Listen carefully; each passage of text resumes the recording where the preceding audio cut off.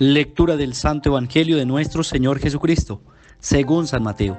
Gloria a ti, Señor.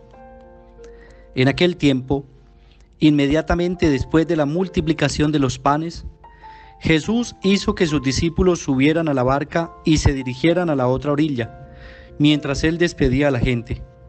Después de despedirla, subió al monte a solas para orar. Llegada la noche estaba él solo allí. Entretanto, la barca iba ya muy lejos de la costa y las olas la sacudían, pero el viento era contrario. A la madrugada, Jesús fue hacia ellos caminando sobre el agua. Los discípulos, al verlo andar sobre el agua, se espantaron y decían: «Es un fantasma», y daban gritos de terror. Pero Jesús les dijo enseguida: «Tranquilícense y no teman, soy yo».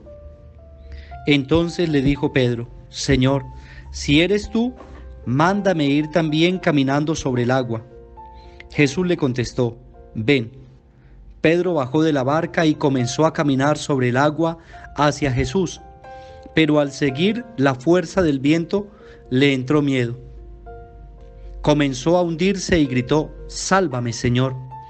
Inmediatamente Jesús le tendió la mano, lo sostuvo y le dijo: «Hombre de poca fe, ¿por qué dudaste?». En cuanto subieron a la barca, el viento se calmó. Los que estaban en la barca se postraron ante Jesús diciendo: «Verdaderamente, tú eres el Hijo de Dios». Terminada la travesía, llegaron a Genesaret. Apenas lo reconocieron los habitantes de aquel lugar, pregonaron la noticia por toda la región y le trajeron a todos los enfermos. Le pedían que los dejara tocar siquiera el borde de su manto, y cuantos lo tocaron quedaron curados. Palabra del Señor. Gloria a ti, Señor Jesús. Hermanos y hermanas, una bendición especial en este día, martes 7 de agosto. Hoy el Señor Jesús nuevamente nos habla por medio de su palabra para alimentar nuestra vida de fe. Hoy el Evangelio lo encontramos para reflexionar estos momentos bonitos, que es el de Jesús, después de la multiplicación de los panes, sube a darle gracias a Dios, sube a orar y despacha a los discípulos.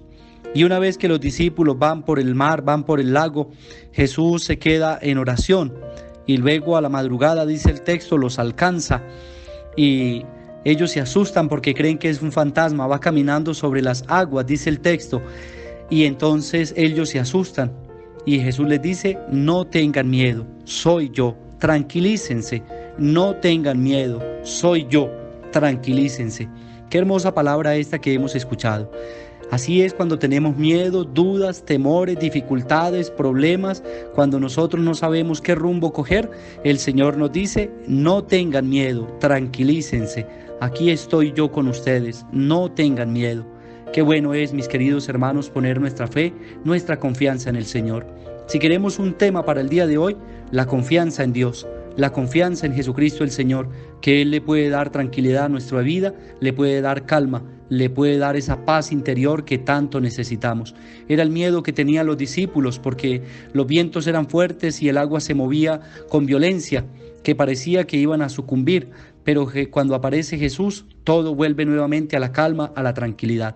Y así pasa en nuestra vida. Muchas veces la barca de nuestra vida quiere como hundirse, quiere naufragar, quiere como no seguir adelante, y nosotros nos llenamos de miedo, de duda, de temor.